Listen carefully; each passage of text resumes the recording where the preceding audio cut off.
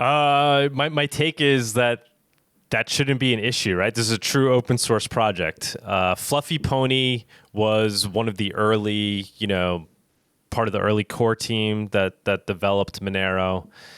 But he wasn't he's not the CEO of Monero. There is no CEO of Monero. He was just some dude who was working on an open source project, right? He was the lead maintainer at some time. But if this project is what we claim it is, which is an open source project that anybody can work on, then that shouldn't be an issue, and it should be built in a way that we don't care who Fluffypony is. Maybe he worked for the NSA. We shouldn't care, right? Because it's all done out in the open. Fluffypony says, "Hey, I think we should implement confidential transactions." It's not like we all turn the other way and he presses a button and he implements his evil version of confidential transactions.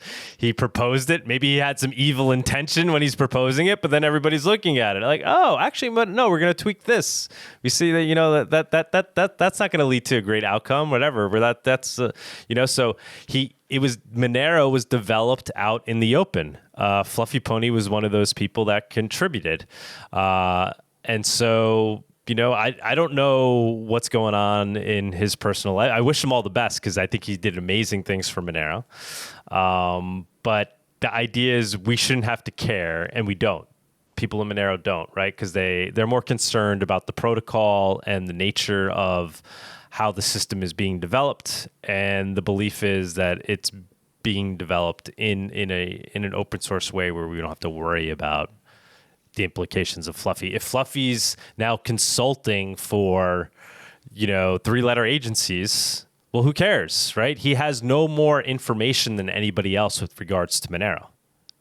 He might be able to explain it to them faster, right? So instead of them having to go read it or ask AI for their understanding, Fluffy can get to the crux. Oh, here, you want to know one potential, I would take a look at the ring signatures component, right? But that's all discussed out in the open, right? There's talks and videos and papers written about it that, Fluffy isn't the author of these. He's not holding back some info that nobody else has. The one fear would be if he had some kind of back door. And like we said, Monero just wasn't built in a way where there ever would be a back door. It was built using technology. There was no trusted setup, right?